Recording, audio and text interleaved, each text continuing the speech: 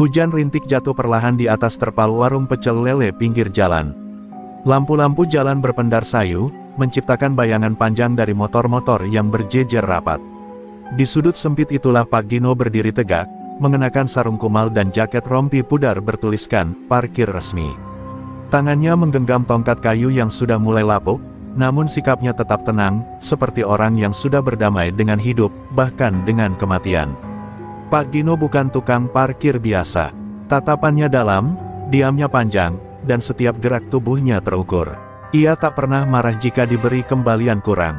Ia tak pernah memaksa siapapun membayar. Tapi semua orang di warung itu tahu, jangan macam-macam sama Pak Gino. Bukan karena dia galak, justru karena terlalu tenang. Dan ketenangan di dunia yang bising seringkali lebih menakutkan daripada teriakan. Suatu malam, datanglah 3 orang pemuda bertubuh besar, jaket kulit, suara keras, gaya preman keliling yang baru turun dari angkot. Mereka memesan makanan seenaknya, tertawa keras, dan saat selesai makan, salah satu dari mereka berdiri dan meludah ke dekat kaki Pak Gino. "Tukang parkir kampungan, dapat jatah dari sini berapa?" "Hah, 1.000, nih gua kasih 5.000, tapi gua ngatur lo dari sekarang." Pak Gino tidak bereaksi. Ia hanya menatap sendal jepitnya yang kotor terkena ludah, lalu mengangkat wajahnya pelan. "Terima kasih, nak, tapi saya parkir di sini bukan buat kaya, cuma buat jaga jalanan ini tetap damai." Kalimat itu sederhana, tapi cukup membuat satu pemuda lain menyeringai sinis sambil menyikut temannya. "Tua bangka sok bijak, kita ngetes aja, bro. Gimana kalau kita ambil motor yang udah parkir, kita lihat dia bisa apa?" Reno, ojek online yang dari tadi menunggu order sambil main HP, mulai merasa tegang. Ia mengenal Pak Gino. Beberapa kali dia lihat kakek tua itu menenangkan orang mabuk hanya dengan satu kalimat. Tapi malam ini beda, yang datang bukan orang mabuk, tapi preman cari perkara. Reno pelan-pelan buka kamera HP-nya. "Kalau ada apa-apa, bisa viral," gumamnya sambil pura-pura ngopi sachet. Salah satu preman meraih kunci motor pelanggan dan mencoba menghidupkannya. Saat itu juga, Pak Gino bergerak. Tidak cepat, tidak kasar. Ia hanya melangkah 1 kali ke depan, mengangkat tongkat kayunya, dan bruk, tongkat itu menghantam aspal tepat di depan kaki preman, mengeluarkan bunyi retak yang membelah malam. Aneh, tapi seketika udara terasa berat. Seperti ada sesuatu yang turun dari langit dan menahan napas semua yang hadir. "Motor itu milik orang yang kerja siang malam untuk anaknya sekolah," kata Pak Gino, suaranya tetap tenang. "Kalau kalian ambil, kalian bukan cuma maling, tapi juga merampas harapan." Kata-kata itu menggema di antara tiang warung, seperti khutbah tua yang lupa waktu. Salah satu preman menatap Pak Gino, dan untuk sesaat, ada rasa takut di balik sorot matanya. Mereka pun pergi. Tidak ada pukulan, tidak ada baku hantam. Hanya tekanan dari sesuatu yang tak terlihat, wibawa yang lahir dari keteguhan hati. Reno mematikan kamera. Ia tidak jadi upload, karena apa yang terjadi malam itu, terlalu suci untuk dijadikan konten. Di sebuah gudang tua di kawasan pelabuhan yang nyaris ditelan debu dan deru kapal, suara tawa menggema bersama suara gelas pecah. Budi Odeng, nama yang pernah membuat getar seluruh kawasan Asia Tenggara, kini kembali duduk di tanah kelahirannya. Tubuhnya tambun berisi, penuh tato, dan wajahnya menyimpan gurat kesenangan seorang mantan penindas yang belum puas. Malam itu, ia menatap layar ponselnya, memperhatikan video dari TikTok yang dikirim anak buahnya. Seorang tukang parkir menolak dipalak dan mengusir preman dengan satu hentakan tongkat. "Jadi ini yang bikin anak-anak kita malu?" tanyanya pelan, sambil menghisap cerutu hitam. Tak ada yang berani menjawab. Hening menjawab lebih bijak, tapi di dalam hati mereka, semua tahu, jika Budi Odeng sudah diam terlalu lama, maka darah akan mengalir di pagi hari. Video itu ia putar ulang. Bukan karena ia kagum, tapi karena ada yang mengusik masa lalunya, gerakan tongkat, sorot mata si tua itu. Gaya silat itu, tidak asing, gumamnya. Tangan Budi Odeng mengepal, lalu melempar ponsel ke tembok. Pecah berantakan. Cari tahu siapa dia, namanya, alamatnya, riwayat keluarganya. Jangan sampai aku kembali ke sini hanya untuk nonton kakek main parkir. Bentakannya membelah malam pelabuhan. Anak buahnya langsung bergerak, seperti anjing-anjing lapar yang baru dilepas rantainya. Sementara itu, di warung pecel lele yang sama, Reno duduk berdua dengan Pak Gino. Hujan belum turun, tapi langit mendung berat seolah menyimpan firasat buruk. "Pak, saya tahu tadi Bapak tenang banget, tapi orang-orang itu bisa balik. Bahkan, bisa kirim orang yang lebih bahaya," ucap Reno lirih. Pak Gino hanya menyeruput tehnya. Tatapannya lurus ke jalan, ke arah lampu jalanan yang berpendar muram. "Saya sudah tua, Nak. Tapi kalau jalanan ini harus aman dengan satu jiwa tua seperti saya, biar saya yang jadi tumbalnya." Reno terdiam. Ada sesuatu dari ucapan itu yang menohok. Bukan karena dramatis, tapi karena jujur. Seorang tukang parkir, tak punya jabatan, tak punya pelindung, tapi mau berdiri menjaga keadilan dengan tubuh renta dan tongkat kayu. Dalam hatinya, Reno merasa malu. Dulu ia pernah jadi anak yang suka menghindar dari masalah, sekarang ia duduk di sebelah orang yang menantang bahaya hanya dengan niat baik. Di waktu yang sama, Budi Odeng berdiri di balkon apartemen mewahnya yang menjorok ke arah kota. Jakarta terlihat kecil dari atas, dan itu membuatnya tersenyum.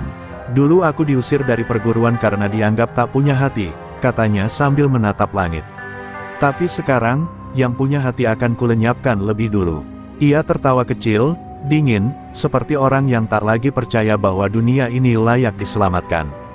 Malam itu, hujan akhirnya turun. Tapi bukan hujan biasa. Angin menggila, kilat menyambar, dan di sebuah musola kecil dekat pasar, Pak Gino berdiri menghadap kiblat dalam kesendirian. Ia memejamkan mata dalam doa. Karena di dalam hatinya, ia tahu, angin masa lalu akan datang menjemputnya, dan kali ini, ia tak bisa menghindar lagi. 3 malam setelah hujan deras dan angin yang menggila, warung pecel lele kembali ramai seperti biasa. Motor-motor berderet rapi, asap ikan goreng naik ke langit seperti ritual harian warga jalanan. Tapi malam itu terasa berbeda. Udara terlalu diam, dan Reno yang biasanya santai kini duduk gelisah sambil memantau sekitar. Ia belum lupa wajah-wajah preman malam itu, dan lebih dari itu, ia belum bisa menghapus bayang wajah Pak Gino yang diam di bawah kibaran sarung, seperti pendekar tua yang sedang menunggu ajal. Pak Gino tetap datang seperti biasa. Sarung lusuh, tongkat kayu, dan wajah tenang itu tak berubah sedikitpun. Ia menyapa pedagang, menatap parkiran, dan tersenyum pada anak kecil yang lewat. Tapi di balik matanya, ada awan kelabu yang belum juga pergi. Ia tahu, malam itu bukan malam biasa. Dan firasat itu benar-benar menjadi nyata ketika sebuah mobil hitam berhenti di seberang jalan, menurunkan 5 pria berbadan tegap dengan seragam hitam-hitam dan kacamata malam. 5 jari neraka, bisik salah satu pedagang, matanya melebar ketakutan. Mereka adalah pasukan eksekutor pribadi milik Budi Odeng, nama-nama yang hanya disebut dalam cerita kelam. Mereka jarang bicara, lebih sering menghancurkan. Dan malam ini, mereka tak datang untuk makan pecel lele. Mereka datang untuk menghapus nama Pak Gino dari daftar hidup. Salah satu dari mereka mendekat, tinggi besar, tangannya seperti besi cor. Ia bicara pelan, tapi menusuk, "Orang tua, kau bikin malu bos kami. Sekarang, kami harus bersihkan aib itu." Pak Gino tidak menjawab, ia hanya mengangkat tongkatnya perlahan, menusukkannya ke tanah, lalu berdiri dengan satu tangan di belakang tubuh, posisi silat klasik dari aliran Langit Lembut. Reno tercekat, ia tak tahu harus menolong atau lari. Tapi tubuhnya gemetar, bukan oleh takut, oleh rasa ingin tahu, apa yang akan terjadi. Tanpa aba-aba, satu dari mereka menyerang.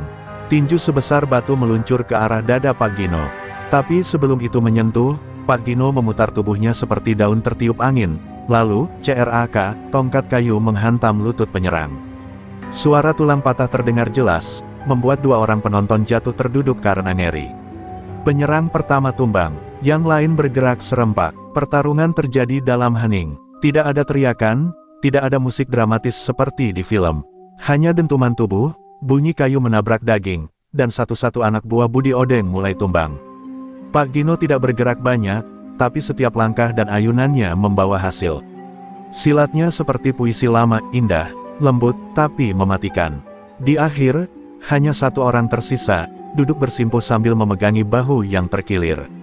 Pak Gino menatapnya, lalu mendekat. "Katakan pada bos kalian, ini bukan soal harga diri. Ini soal menjaga yang lemah." Ia menepuk bahu pria itu perlahan, lalu berbalik kembali ke parkiran. Reno tertegun. Ini bukan lagi soal tukang parkir. Ini tentang seseorang yang menyimpan dunia lama dalam tubuh Renta, dunia di mana silat masih bicara, bukan untuk kekuasaan, tapi untuk melindungi.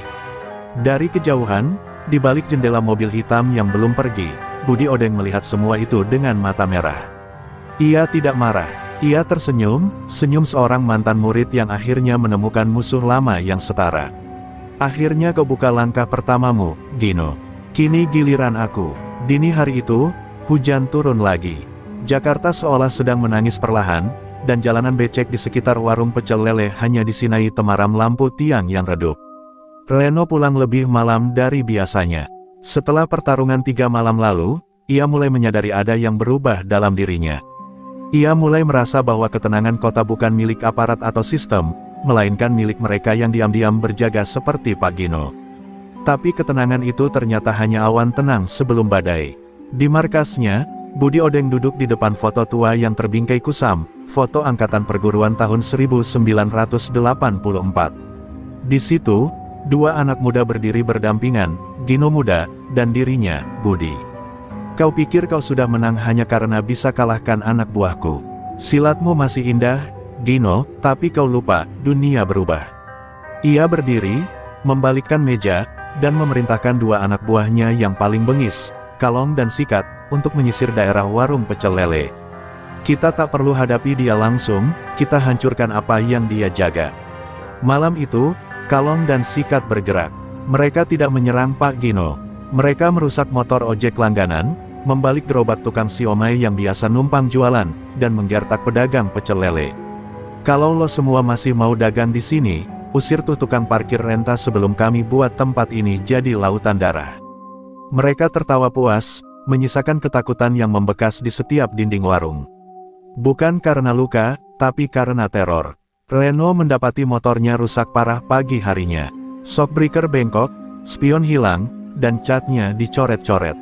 Ia duduk lunglai, tidak marah, tapi kosong. Saat Pak Gino datang dengan wajah tenang seperti biasa, Reno hanya bisa menatap penuh tanya.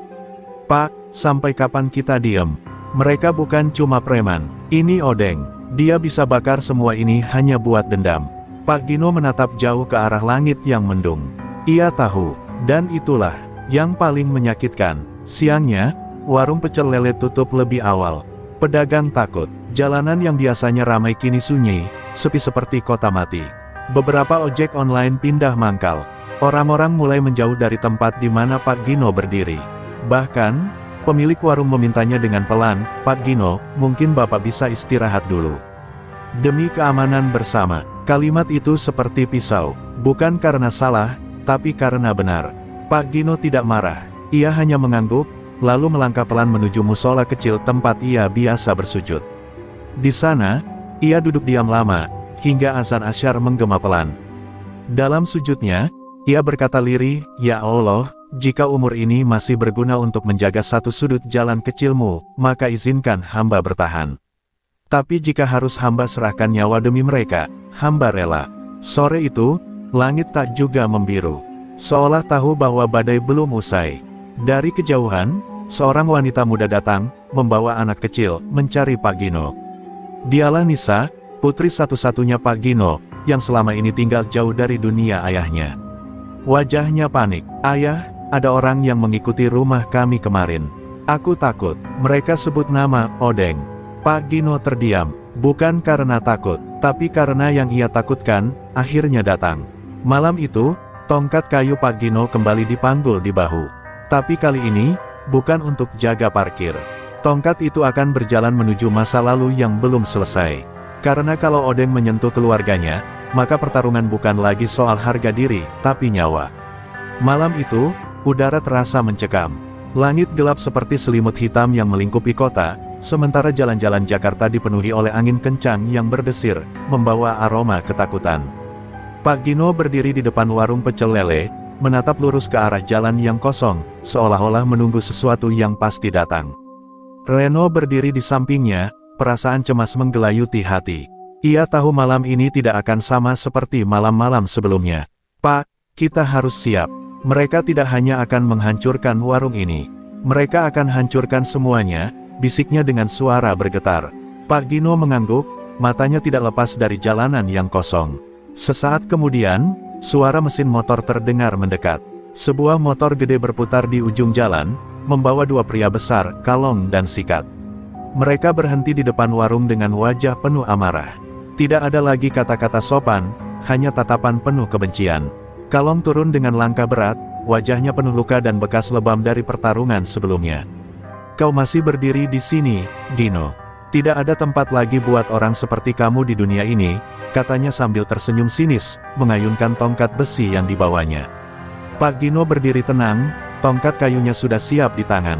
Tidak ada rasa takut, hanya kesabaran yang tercermin dalam gerakan-gerakan lambatnya.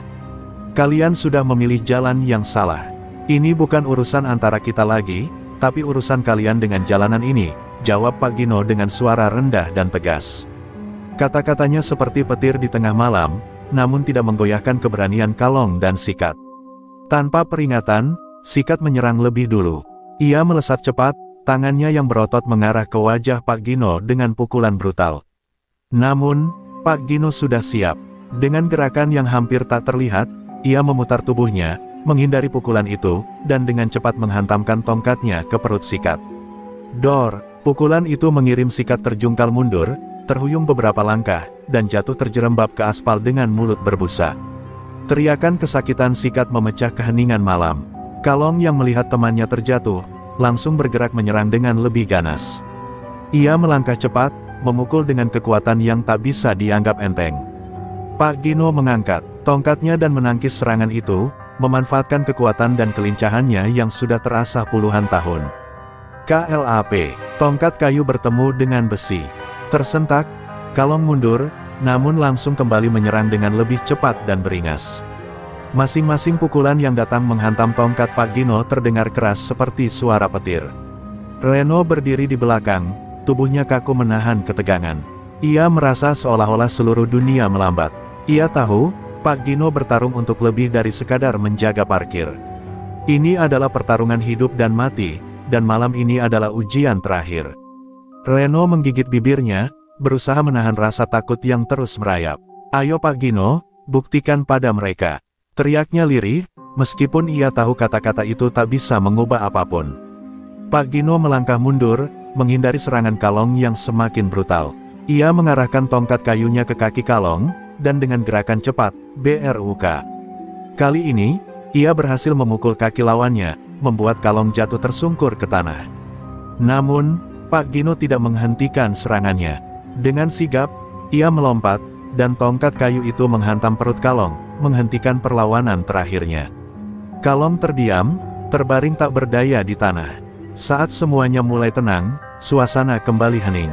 Pak Gino berdiri dengan napas terengah, tubuhnya gemetar, namun matanya masih penuh keteguhan. Warung pecel lele itu tetap berdiri, meskipun suasananya masih tegang. Reno mendekat, tapi Pak Gino hanya menggelengkan kepala. "Ini bukan hanya tentang kita, Nak. Ini tentang semua orang yang tidak bisa melawan ketidakadilan di dunia ini," kata Pak Gino, suaranya lelah namun penuh makna.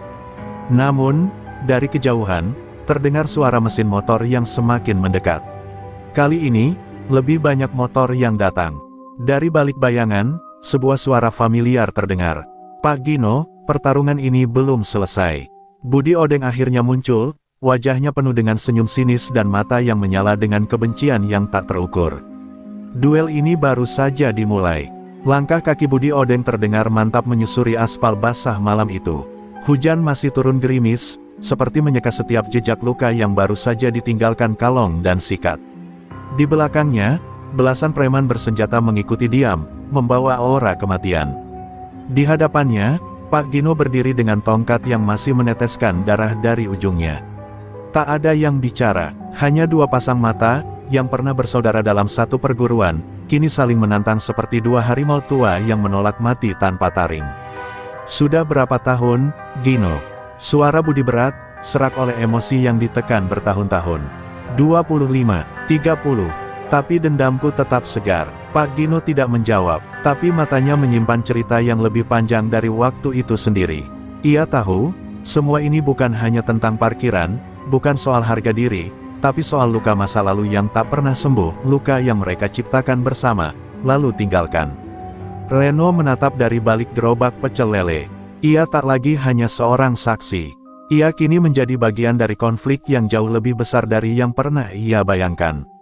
Ia melihat gurat luka di wajah Pak Gino, bukan luka fisik, tapi beban masa silam yang belum tuntas. Ia tahu, malam itu bukan akhir.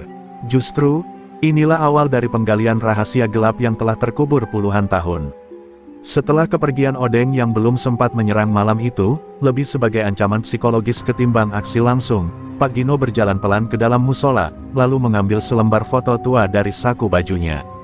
Foto perguruan silat tahun 1984, yang sama seperti milik Budi. Di foto itu, ia dan Odeng berdiri berdampingan, masih muda, masih bersaudara seperguruan.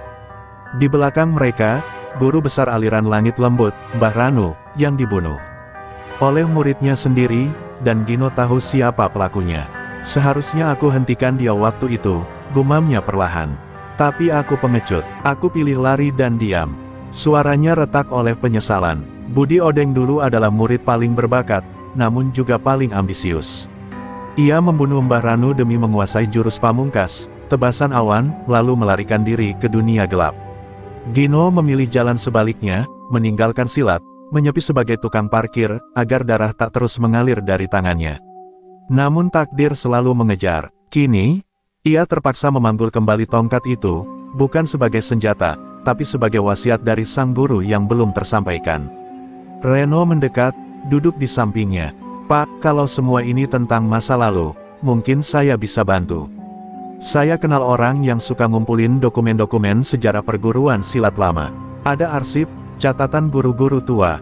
Mata Pak Gino menyala. Untuk pertama kalinya, secercah harapan muncul. Mungkin bukan lewat pertarungan, tapi lewat kebenaran yang tertulis di masa lalu, dendam ini bisa dihentikan. Baik, Nak, kita harus cari. Sebelum Odeng menemukan kitab, Tebasan Awan, yang asli, dan menghancurkan dunia ini dengan tangan kosongnya. Di luar, hujan berhenti. Tapi badai yang lebih besar sedang bersiap datang, dan pencarian pun dimulai. Pagi itu mendung menggantung di langit Jakarta, namun semangat Pak Gino dan Reno tidak bisa diredam. Mereka menumpangi motor tua Reno, menuju sebuah desa kecil di pinggiran Bogor, tempat terakhir yang diketahui sebagai lokasi murid tertua almarhum Mbah Ranu, Ki Somat, seorang pertapa yang sejak perpecahan perguruan memilih mengasingkan diri. Jalan menuju desa itu kecil, terjal, dan penuh kabut, seolah membawa mereka menuju masa lalu yang terkubur dalam kabut waktu dan dosa. Ki Somat dulu paling dekat dengan Mbah Ranu. Kalau ada yang tahu di mana kitab itu disembunyikan, cuma dia, ujar Pak Gino lirih saat motor berhenti di depan gubuk bambu tua yang ditutupi lumut. Mereka melangkah pelan, sampai seorang pria tua dengan rambut panjang dan tatapan tajam muncul dari balik pintu. Aku sudah tahu kalian akan datang, katanya tenang. Tapi apakah kalian siap mendengar kebenaran yang bisa menghancurkan segalanya? Di dalam gubuk itu, Ki Somat membuka sebuah peti tua. Di dalamnya bukan kitab, tapi lembaran surat-surat Mbah Ranu, tulisan tangan yang mencatat ajaran inti perguruan dan peringatan tentang Tebasan Awan. Kitab itu bukan sekadar ilmu, kata Ki Somat. Ia adalah warisan spiritual. Siapapun yang mempelajarinya tanpa budi pekerti, akan berubah menjadi mesin pembunuh. Ki Somat menatap Pak Gino tajam. Dan kamu tahu siapa yang sudah menyentuhnya lebih dulu, bahkan sebelum kitab itu disembunyikan.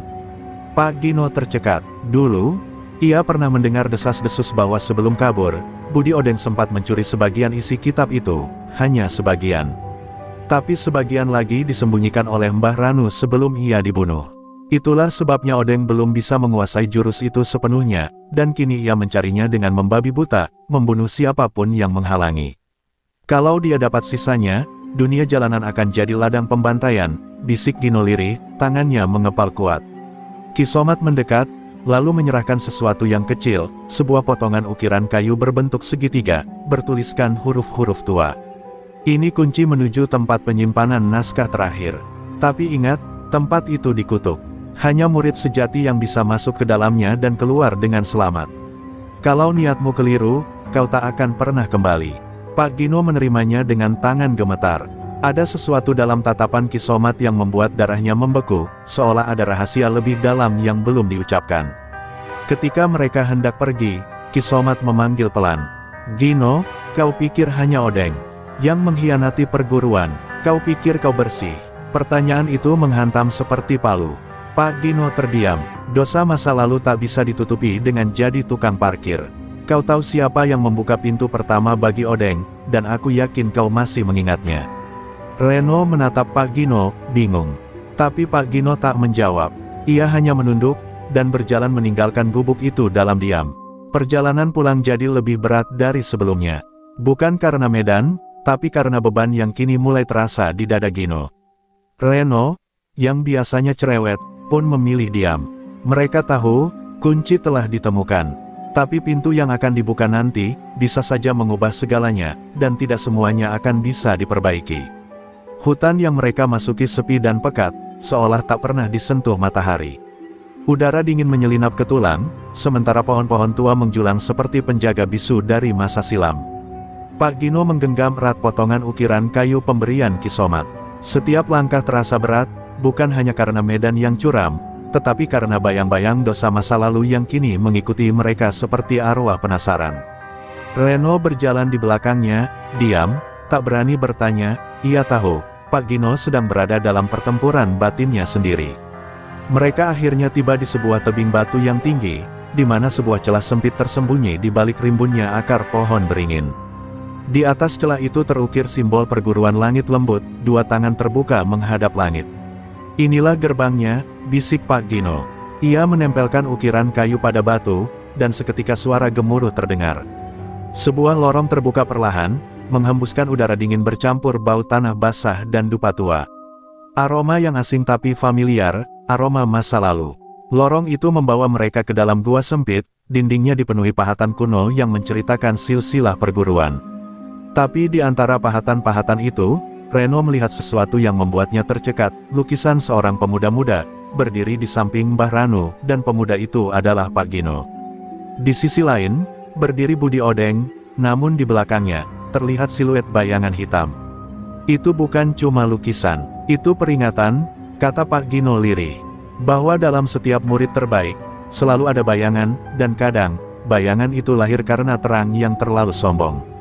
Mereka tiba di ruang utama gua, sebuah altar batu tempat kitab itu diletakkan, tertutup oleh lapisan kaca kristal dan dilindungi oleh jimat-jimat tua.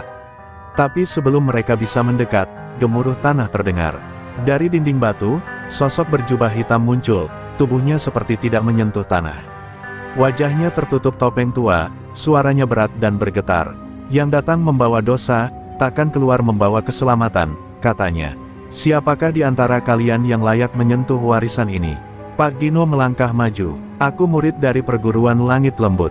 Aku datang bukan untuk berkuasa, tapi untuk menebus kesalahan.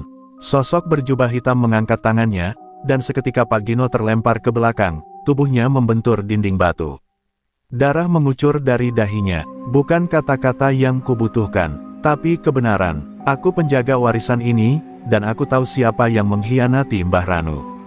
Sosok itu mendekat, dan dengan suara yang dingin ia berkata, kau yang membukakan pintu pertama bagi Odeng, bukan begitu, Gino?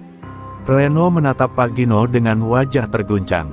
Pak, maksudnya apa? Benarkah itu semua? Pak Gino tak menjawab, tapi air matanya menetes. Aku, dulu percaya bahwa Odeng bisa membawa perguruan ini ke puncak. Aku yang bawa dia masuk ke ruang rahasia. Aku yang tunjukkan letak kitab. Tapi aku tak tahu, bahwa ia akan membunuh guru kita. Suaranya pecah, dan seluruh tubuhnya gemetar. Aku pikir diamku adalah penebusan. Tapi ternyata diamku adalah pengkhianatan. Kedua, penjaga kitab menunduk. Kau sudah membawa luka itu cukup lama. Tapi luka tak pernah sembuh dengan diam. Ia menghilang perlahan, menyatu dengan dinding batu. Kaca yang melindungi kitab pun terbuka perlahan, namun bersamaan dengan itu, langit di luar gua berubah menjadi gelap. Suara ledakan terdengar dari kejauhan. Reno melangkah mundur, panik. Pak Gino mencengkeram tongkatnya. Odeng sudah tahu tempat ini. Kita tak punya waktu lagi. Gino menggenggam kitab itu, dan cahaya kemasan menyelimuti tangannya. Dari balik lorong gua, langkah kaki mulai terdengar. Berat, penuh amarah. Dan kali ini, Odeng tak datang sendiri. Langkah kaki Budi Odeng bergema menggetarkan lorong batu, suara tapaknya bagaikan genderang kematian.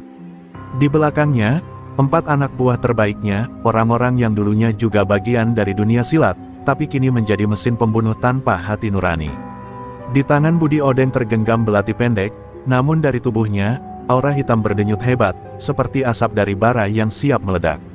Matanya langsung menatap Pak Gino yang berdiri lemah, memegang kitab langit lembut yang kini terbuka separuh. Sudah lama kita tunggu momen ini, Gino, suara Odeng berat, tapi ada kepuasan dingin di baliknya.